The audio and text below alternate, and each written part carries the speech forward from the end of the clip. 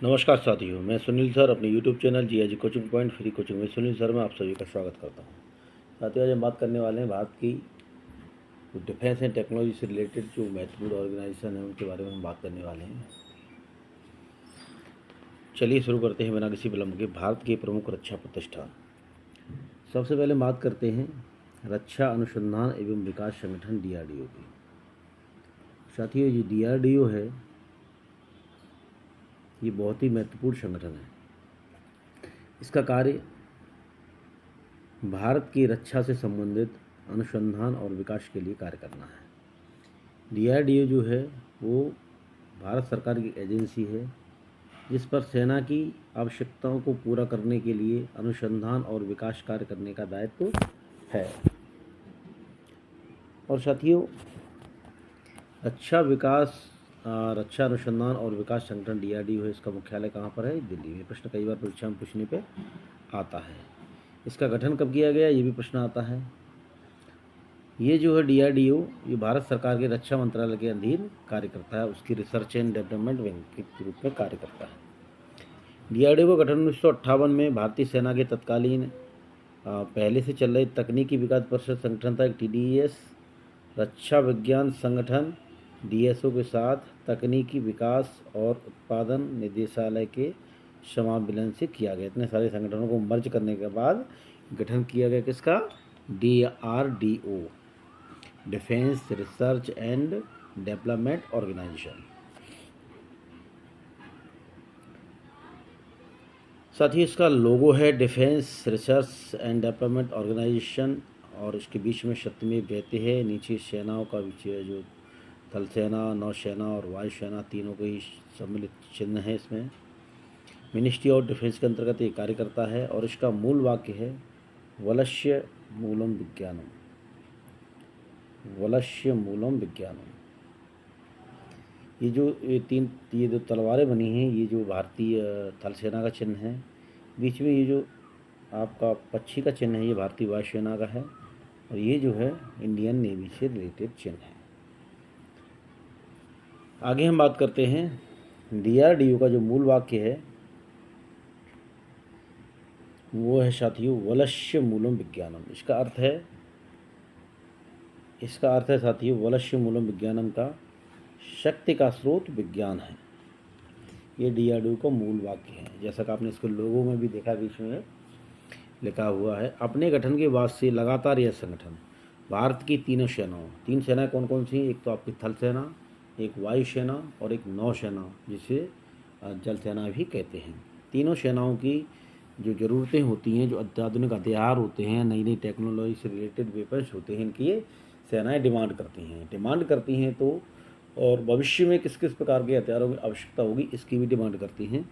तो डिमांड भेज दी जाती है DRDO को, और समय पर यदि वो DRDO उसके लिए रिसर्च करता है, समय पर मांग पूरी होती है तो DRDO उसके लिए रिसर्च करने के बाद उसके रिलेटेड वेपन्स डेवलप करता है और सेनाओं के लिए वो उसकी आपूर्ति करता है। यदि नहीं हो पाता है तो तत्कालीन कोई आवश्यकता होती है तो सरकार विदेशों से हथियार आयात भी करती है। तो भारतीय जो वर्तमान में आप देख रहे होंगे आत्मनिर्भर भारत जो अभियान चल रहा है, उसके तहत भारत सरकार का ये प्रयास है कि भारत का जो हथियार आयात बिल है वो बहुत बड़ा, उसको धीरे धीरे कम किया जाए और भारत को रक्षा उत्पादन के क्षेत्र में आत्मनिर्भर किया जाए। इसमें जो है, जब ये उद्देश्य है तो उसके हिसाब से DRDO का कार्य और भी अधिक कठिन हो जाता है। ये क्या करता है? ये तीनों सेनाओं के लिए हथियार प्रणाली उपकरणों के लिए अनुसंधान का कार्य कर रहा है तथा नए नए हथियार जैसे तेजस विमान बनाया है इसने, मल्टीवेलर रॉकेट बनाया है, वायु रक्षा प्रणाली एयर डिफेंस सिस्टम है, मिसाइल्स हैं, रडार्स हैं, इलेक्ट्रॉनिक वारफेयर सिस्टम चल रहा है उसके लिए, और सेनाओं को मजबूत करने का कार्य किया है। सारी टेक्नोलॉजी अवेलेबल कराता है। आज DRDO के पास 52 से अधिक प्रयोगशालाओं का नेटवर्क है, जो वैमानिकी, आयुध, इलेक्ट्रॉनिक्स, लड़ाकू विमान, इंजीनियरिंग सिस्टम, मिसाइलें, विशेष सामग्री, नौसेना प्रणाली, जीव विज्ञान प्रणाली, सूचना प्रणाली जैसे विभिन्न विषयों को कवर करने वाली रक्षा प्रौद्योगिकियों को विकसित करने पर गंभीरता से काम कर रहा है DRDO। और DRDO में भारत के वैज्ञानिक जो है बहुत ही महत्वपूर्ण भूमिका निभाते हैं। जबकि विदेश में जो संस्थाएं हैं उनसे इनको यहाँ पर सैलरी वगैरह भी कम मिलती है, सुविधाएं भी कम मिलती हैं, लेकिन फिर भी अपने देश के विकास के लिए, भारत की सेनाओं को मजबूत करने के लिए, भारत की सीमाओं की रक्षा के लिए DRDO दिन रात एक तरीके से काम करता रहता है। इसके वैज्ञानिक बहुत ही महत्वपूर्ण कार्य करते रहते हैं। आगे हम बात करते हैं हिंदुस्तान एरोनॉटिक्स लिमिटेड। आप जैसे इसको लोगो देख रहे हैं हिंदुस्तान एरोनॉटिक्स लिमिटेड का, तो आप समझ सकते हैं लोगो से ही किसका कार्य क्या होगा। इसके बारे में आगे बात करते हैं आपसे। हिंदुस्तान एरोनॉटिक्स लिमिटेड ये जो संस्था है, इसका स्थापना 1 अक्टूबर 1964 को की गई। इससे पहले इसकी 1940 में शायद स्थापना की गई थी, लेकिन वो अन्य नाम से था। हिंदुस्तान एरोनॉटिक्स इसका नाम पड़ा 1 अक्टूबर 1964 को। और इसका मुख्यालय कहाँ है? बेंगलोर। मुख्यालय से संबंधित प्रश्न भी आता है कि संगठन का मुख्यालय कहाँ पर है, तो आपको याद रखना जो आपका DRDO है उसका मुख्यालय दिल्ली में है, और आपका ये जो है हिंदुस्तान एरोनॉटिक्स लिमिटेड है इसका मुख्यालय बेंगलोर में है। इसको हमने मेंशन किया है शायद, जी दिल्ली में है।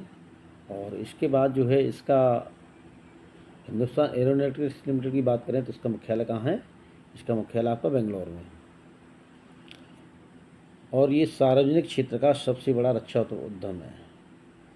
सार्वजनिक क्षेत्र का सबसे बड़ा रक्षा उद्यम है आपका हिंदुस्तान एरोनॉटिक्स लिमिटेड। इसका कार्य क्या है?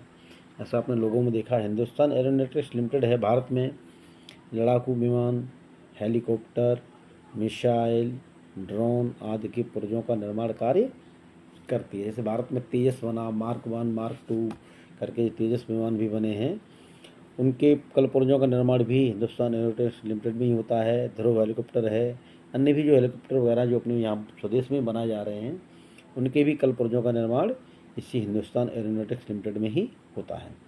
और अभी जो अनमैन्ड लॉन्च व्हीकल हैं, जो UAV जिनको बोलते हैं या जिनको ड्रोन भी कहते हैं, उनके कलपुर्जों का निर्माण भी हिंदुस्तान एरोनॉटिक्स लिमिटेड में ही किया जाता है। और ये कंपनी अपनी गुणवत्ता एवं फायदे के माध्यम से लगभग 30 से अधिक देशों में निर्यात भी करती है इन्हीं पार्ट्स का, या जो है आपको असेंबल्ड किए हुए हथियारों का भी निर्यात एक्सपोर्ट करने का कार्य भी करती है। और इसके द्वारा बनाए गए हथियार 30 से अधिक देशों में इनका एक्सपोर्ट भी किया जा रहा है। तो अब इससे क्या हो रहा है कि भारत जो पहले टोटली इम्पोर्ट पर डिपेंडेंट था, जो आपके रक्षा उपकरण हैं उनके, और लेकिन अब वो धीरे धीरे आयात अभी भी कर रहा है, लेकिन आयात के साथ साथ अब निर्यात करता देश भी बनना शुरू हो गया। आपने देखा होगा हाल ही में फिलीपींस ने हमारे जो आपकी ब्रह्मोस मिसाइल है उसको उसका निर्यात किया गया है फिलीपींस के लिए।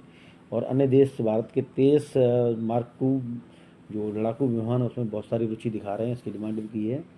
और अन्य भी भारत के बने हुए गोला बारूद अन्य अन्य देशों में अब निर्यात भी किए जाने लगे हैं। आगे हम बात करते हैं, एक और संगठन है जिसका नाम है भारत इलेक्ट्रॉनिक्स लिमिटेड, BEL भी जिसे कहते हैं। इसका देखिए साथियों लोगो क्या है? Quality, technology and innovation. ये भी आप साथ साथ देखते रहिए, क्वालिटी, टेक्नोलॉजी एंड इनोवेशन। तो लोगों से ही काफ़ी कुछ समझने को आ जाता है कि ये भारत इलेक्ट्रॉनिक्स लिमिटेड है। इसका मार्क आप देखेंगे तो इस तरीके का बना होता है, ये इसका चिन्ह है। इसके बारे में डिटेल में बात करते हैं आगे। तो जो भारत इलेक्ट्रॉनिक्स लिमिटेड है, भारत इलेक्ट्रॉनिक्स लिमिटेड है, इसकी स्थापना कब की गई साथियों? तो इसकी स्थापना की गई आपकी 1954 में। और इसका मुख्यालय कहाँ है? तो इसका मुख्यालय है बेंगलोर में। परीक्षा से संबंधित महत्वपूर्ण प्रश्न यही होंगे कि संगठन का स्थापना कब की गई, उसका मुख्यालय कहाँ है और उसका कार्य क्या है। तो आपको ये चीज़ याद रखनी है, प्रमुख DRDO का कार्य क्या है, इसकी स्थापना कब कहाँ की गई, मुख्यालय कहाँ है। ऐसे ही भारत इलेक्ट्रॉनिक्स लिमिटेड का मुख्यालय कहाँ है आपको याद रखना, तो उसका मुख्यालय आपका बेंगलोर में। और इसकी स्थापना कब की गई? तो साथ ही उसकी स्थापना की गई 1954 ईस्वी में। यह भारत सरकार के रक्षा मंत्रालय के अधीन एक सैनिक एवं नागरिक उपकरण और संयंत्र निर्माणी है। यह सैन्य और अर्धसैनिक बलों के लिए, सेना के लिए, और सेना तो सैन्य का मतलब आप समझ सकते हैं तीनों सेनाओं, इसमें जल सेना, थल सेना, आपकी नौसेना है। और अर्धसैनिक बल क्या होता है सारी? ये पैरामिलिट्री फोर्सेस होती हैं इनके। जैसे हम उनका उदाहरण दें तो जैसे BSF है हमारा, आईटीबीपी है, असम राइफल है, एसएसबी है और आपका जो सीआईएसएफ है। तो ये सारे जो फोर्सेस हैं वो आपके पैरामिलिट्री फोर्सेस कहलाते हैं। तो इन सब के लिए आधुनिक और उपयोगी उपकरणों का निर्माण और विकास करने का कार्य कौन करता है? Bharat electronics limited. पुलिस विभाग, मौसम पूर्वानुमान विभाग और दूरसंचार विभाग के लिए भी उपकरणों का निर्माण करने का कार्य भारत इलेक्ट्रॉनिक्स लिमिटेड करता है। फिर से दोहराइए, इसके इम्पोर्टेंट पॉइंट क्या है? इसकी स्थापना 1954 में हुई और इसका मुख्यालय कहाँ है? बेंगलोर में है। ये भारत सरकार के रक्षा मंत्रालय के अधीन है। सैनिक निर्माण का कार्य करता है।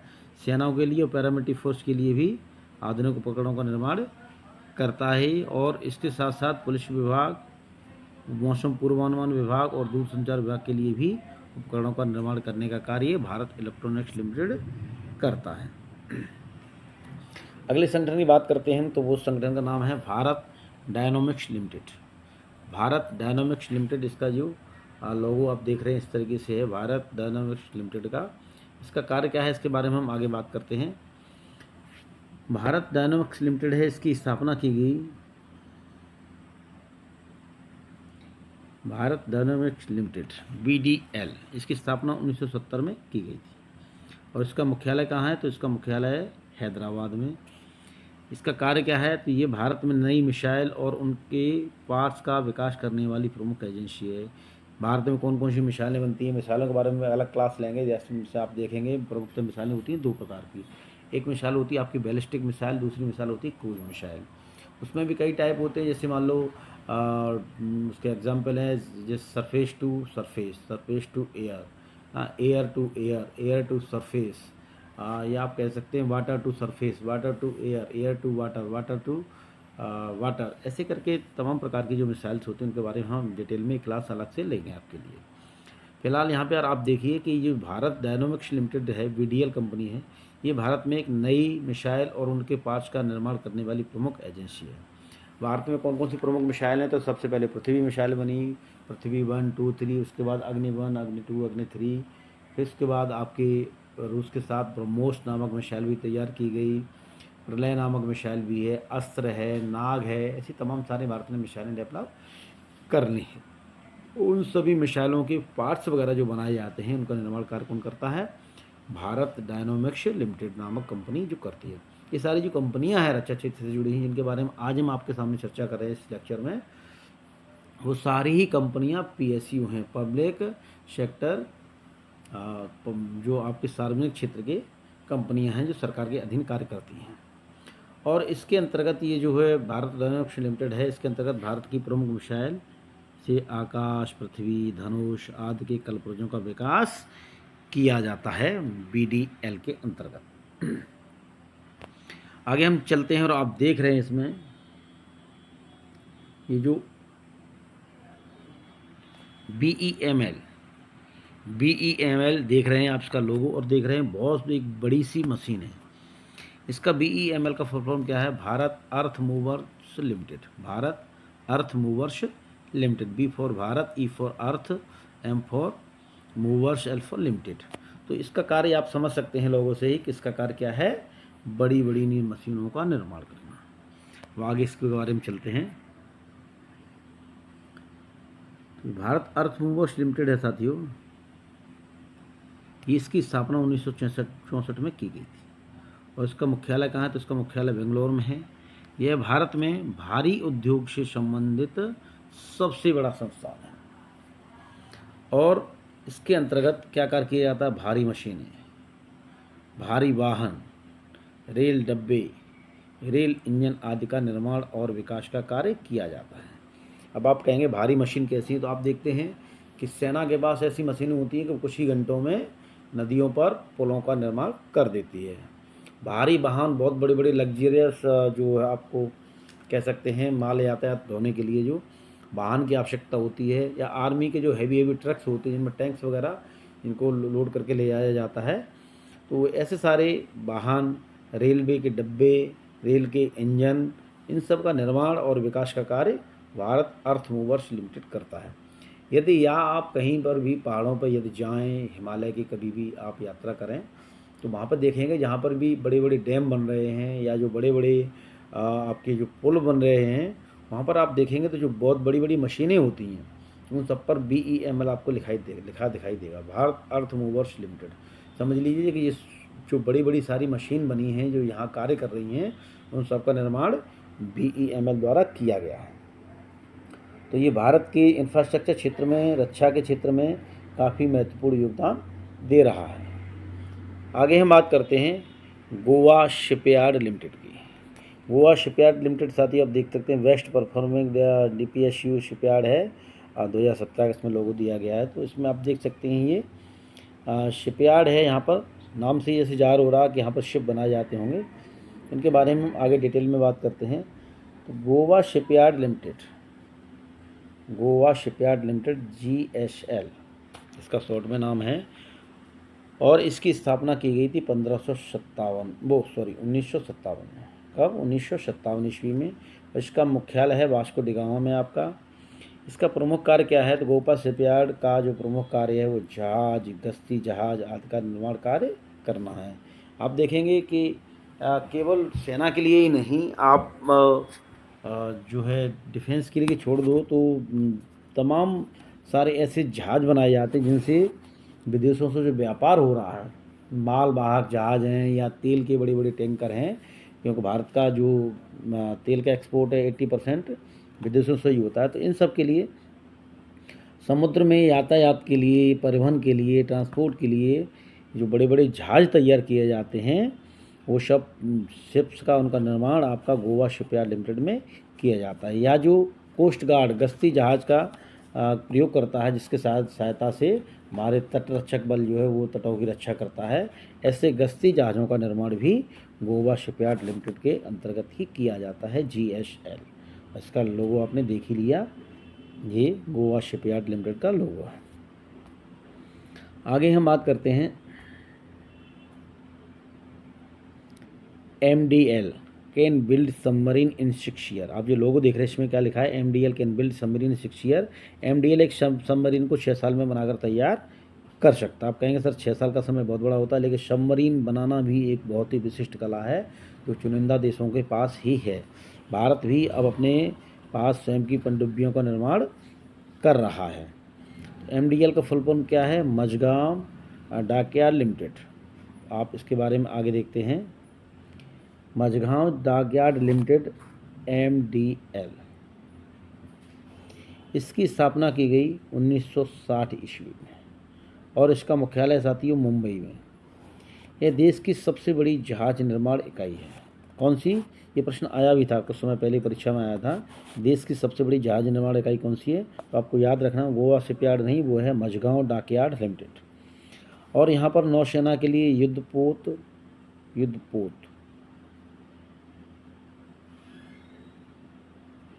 और पनडुब्बियों का निर्माण कार्य किया जाता है मझगांव डॉकयार्ड लिमिटेड में।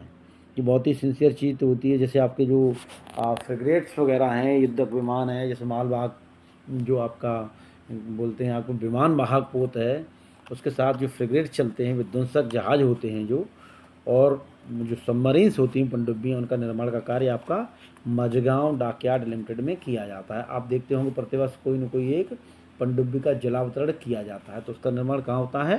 समझ लीजिए वो कहाँ हो रहा है? मझगांव डॉकयार्ड लिमिटेड में। हमने देखा होगा अकोला क्लास की काफ़ी सारी पनडुब्बियों का जो है हमारे देश में प्रतिवर्ष कोई किसी न किसी INS अरिहंत वगैरह ऐसे करके जहाज़ों का निर्माण भी होता है और पनडुब्बियों का निर्माण भी होता है। अभी एक जहाज़ का निर्माण हुआ था INS अगरतला करके हुआ था नाम से, ऐसे भिन्न भिन्न नामों से। तो INS जो अगरतला था वो पूर्वोत्तर के किसी शहर के नाम पर पहला जो है डिस्ट्रॉयर बनाया गया था। और ऐसे ही पनडुब्बियों का निर्माण कार्य भी मझगांव डॉकयार्ड लिमिटेड में किया जाता है। अब हम बात करते हैं garden reach shipyard ship builders and engineers limited की। तो ये बिल्डर्स ऑफ 100 वारशिप, आप देख सकते हैं ये 100 वारशिप का निर्माण कर चुका है। इसके लोगों से ही ऐसा आपको देखने को मिल रहा है। सर्वे वेसल्स हैं, जो बड़े बड़े सर्वे के जहाज़ बनाए जाते हैं, वो फास्ट पेट्रोल वेसल्स हैं, उनका निर्माण भी यहीं किया जाता है। प्रोजेक्ट 17 एडवांस्ड स्टील्थ फ्रिगेट, वो भी यहाँ बनाए जा रहे हैं। एंटी सबमरीन वारफेयर कॉर्वेट्स, ये भी यहीं बनाए जा रहे हैं आपके। लैंडिंग क्राफ्ट यूटिलिटी, ये भी तैयार किए जा रहे हैं। और anti submarine warfare shallow water craft, ये भी यहाँ पर तैयार किए जा रहे हैं। अब हम इसके बारे में आगे बात करते हैं। ये जो garden reach ship builders and engineering limited है, उसका जो है स्थापना कब की गई साथियों? तो उसकी स्थापना की गई आपकी 1934 में। Garden reach ship builders and engineers limited की स्थापना की गई 1934 में, और इसको भारत सरकार द्वारा 1960 में अधिग्रहित कर लिया गया। इसका मुख्यालय कहाँ है? तो इसका मुख्यालय आपका कोलकाता में। और इसका प्रमुख कार्य क्या है? युद्धपोत, जहाज, कृषि के लिए बड़े बड़े टरबाइन पंप, समुद्री उपचार के लिए संयंत्र आदि को बनाना और उनको रिपेयर करना गार्डन रीच शिप बिल्डर्स का कार्य है। इसमें युद्धपोत कितने प्रकार के बनते हैं तो आपने देखा है, देखिएगा इसमें दिया है। प्रोजेक्ट 17 के तहत advance steel frigate, advance steel frigate जो है आपके बनाए जा रहे हैं यहाँ पे। एंटी सबमरीन वारफेयर कॉर्वेट भी तैयार किए जा रहे हैं यहाँ पर। सर्वे वेसल्स भी तैयार किए जा रहे हैं, बड़े स्तर के लार्ज। फास्ट पेट्रोल वेसल्स भी तैयार किए जा रहे हैं। Anti submarine warfare shallow water craft भी यहाँ तैयार किए जा रहे हैं। और लैंडिंग क्राफ्ट यूटिलिटी प्रकार के भी, तो समझ सकते हैं कितने प्रकार के यहाँ पर वारशिप्स का निर्माण किया जा रहा है। आगे हम बात करते हैं मिश्र धातु निगम लिमिटेड, इसको कहते हैं मिधानी। मिधानी में M4 का मतलब क्या है? मिश्र। DH का मतलब क्या है? धातु, DHA। और NI का मतलब है निगम। इसको शॉर्ट में क्या कहते हैं? Midhani, Mishra Dhatu Nigam limited. A government of India enterprises ministry of defence India, ये मिनिस्ट्री ऑफ डिफेंस के अंतर्गत कार्य करता है, जैसा कि आप देख रहे हैं। अब साथ ही मिश्र धातु निगम लिमिटेड का कार्य क्या है? तो ये जो मिश्र धातु निगम मिधानी है, इसका प्रमुख कार्य क्या है? इसकी स्थापना पहले बात करते हैं तो इसकी स्थापना हुई थी 1973 में, और इसका मुख्यालय आपका हैदराबाद में। उत्तम मिश्र धातुओं और गर्मी प्रतिरोधी धातुओं का निर्माण कार्य करना, एक लाइन में आप भी समझ सकते हैं, लेकिन आपको इसको डिटेल में समझेंगे तो आप समझ नहीं पाएंगे। ऐसे इसमें बताता हूँ मिश्र धातुएं क्या होती है। तो अलग अलग धातुओं को मिलाकर अलग अलग प्रकार की धातुएं बनाई जाती हैं। जैसे आपकी पीतल एक मिश्र धातु है, तांबा और कांसा के मिला के बनाई जाती है। तो इसी तरह से जो वायुयान बनते हैं या जो लड़ाकू विमान बनते हैं, उनके लिए कोई एक धातु के पुर्जे नहीं बनाए जाते, अलग अलग धातुओं को अलग अलग अनुपात में मिलाकर उनके योग्य जो है कल पुर्जे बनाने के लिए मिश्र धातुएं तैयार की जाती हैं। ऐसे ही आपकी जो गर्मी प्रतिरोधी धातुएं हैं, आपके जो मिसाइल्स हैं या आपके जो सैटेलाइट लॉन्च व्हीकल्स वगैरह हैं, उनके लिए क्या है कि उनके ऊपर ऐसी मेटल चढ़ाई जाती है तो वो कितनी भी गर्मी हो तो उस मेटल में आग उत्पन्न न हो, क्योंकि जैसे ही ये इतनी अधिक तीव्र गति से जाते हैं तो इनके जो पृथ्वी के वायुमंडल है, तो वायुमंडल के वायु के घर्षण से इनमें आग लगने का खतरा उत्पन्न होता है। आपने देखा होगा कल्पना चावला जो अमेरिकी भारतीय मूल की अमेरिकी अंतरिक्ष यात्री थी, तो नासा की जब वो वापस आ रही थी तो वापस आते समय उस यान की जो ऊपरी परत थी, इस पर ये जो है गर्मी प्रतिरोधी धातु की परत चढ़ी रहती है, तो वही उखड़ गई। जब वो उखड़ गई तो इतना घर्षण तेज हुआ कि पूरे यान में उस हवा के घर्षण से ही आग लग गई और सारे के सारे अंतरिक्ष यात्री इसमें जलकर मर गए थे। इसमें भारतीय मूल की अंतरिक्ष यात्री कल्पना चावला थी, इसमें सम्मिलित थी, तो बेचारी सकुशल धरती पर वापस नहीं आ पाई थी। तो आप समझ सकते हैं कि गर्मी प्रतिरोधी धातुओं का निर्माण का कितना आवश्यक हो जाता है। अगर इस प्रकार की ये मिसाइल्स के ऊपर या आपके एक तरीके से कहें जो लड़ाकू विमान हैं उनके ऊपर भी इस प्रकार की परत चढ़ाई जाती है, क्योंकि वो भी इतने वेग से चलते हैं कि हवा के घर्षण से उनमें भी आग लगने का खतरा होता है। तो उनके लिए उच्च स्तर की उच्च क्वालिटी की गर्मी प्रतिरोधी मिश्र धातुओं का निर्माण किया जाता है और उनके ऊपर उसको अच्छी तरह से चढ़ाया जाता है, जिससे कि जब वो हवा में कितने भी वेग से चलें तो उनमें घर्षण से किसी भी प्रकार का टेम्परेचर न बढ़े और उनमें आग वगैरह लगने का खतरा उत्पन्न न हो। तो ऐसा महत्वपूर्ण कार्य करती है हमारे मिधानी या मिश्र धातु निगम लिमिटेड। इसकी स्थापना 1973 में की गई थी। इसका मुख्यालय हैदराबाद में स्थित है और यह उत्तम मिश्र धातुओं और गर्मी प्रतिरोधी धातुओं का निर्माण कार्य करता है। तो साथियों, आज हम आपके लिए लेके आए थे भारत के प्रमुख रक्षा प्रतिष्ठान। ऐसे ही महत्वपूर्ण जानकारी के लिए आप हमारे channel YouTube channel GIG coaching point free coaching में सुनील शर्मा, आप हमारे साथ बने रहिएगा। हम आपके लिए ये परीक्षा के दृष्टिकोण से महत्वपूर्ण जो भी बिंदु हैं, मैं उन सबको लेकर आपके लिए कलेक्ट करके लेकर आता रहूँगा। आप हमारे चैनल पर बने रहिएगा। चैनल को शेयर करिए, लाइक कीजिए, सब्सक्राइब करिए और सब्सक्राइब करने के बाद बेल आइकन बटन दबाने के बाद ऑल वाला बटन जरूर क्लिक करिएगा, जिससे क्या है कि हमारे सारे जो भी वीडियो हैं उनका नोटिफिकेशन सबसे पहले आपको मिलेगा और आप उसका सबसे अधिक लाभ से परीक्षा में ले सकते हैं। Thank you for watching our YouTube channel GIG coaching point. Thank you so much.